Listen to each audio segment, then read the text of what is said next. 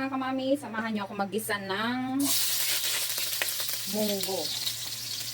Ayan, gisa natin yung sibuyas bawang mga kamami. Kahit hindi pa Friday, mag-munggo na tayo.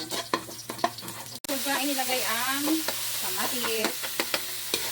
Gisa-gisa lang tayo mga kamami. Gisa natin ang pork cubes. Isabay natin sa pag-gisa. Hintayin lang natin na ma-bunga yung patas ng kamatis. Lumabas na yung patas-patas ng kamatis. Ilalagay na natin yung munggo. Ito ng munggo mga mari para mabilis. Ayan. Lagay na natin siya.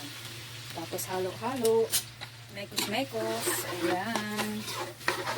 Ibla natin ang asin. Nagdagan natin ng konting water.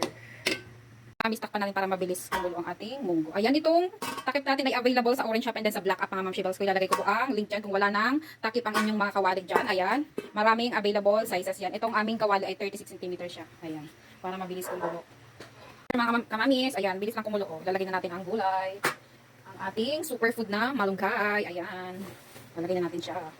And then meron pa ditong natirang konting talong. Ayan, maraming gulay, mas masarap. Diba?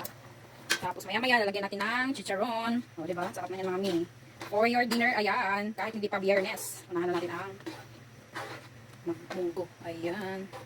Kulong-kulo na siya mga mima ko, mga mamis. Ayan, ilagay na natin ang chicharon. O, diba? Ayan, sarap-sarap niyan. Ayan. Kung kayo nagkikrave ng munggo, ayan, magluto na rin kayo mga mamis. Masarap, masustansya pa. Lagyan po ng madaming gulay. So, ayan lamang po. Ayan, thank you for watching and thank you so much sa mga nag-follow sa ating page. Maraming salamat everyone.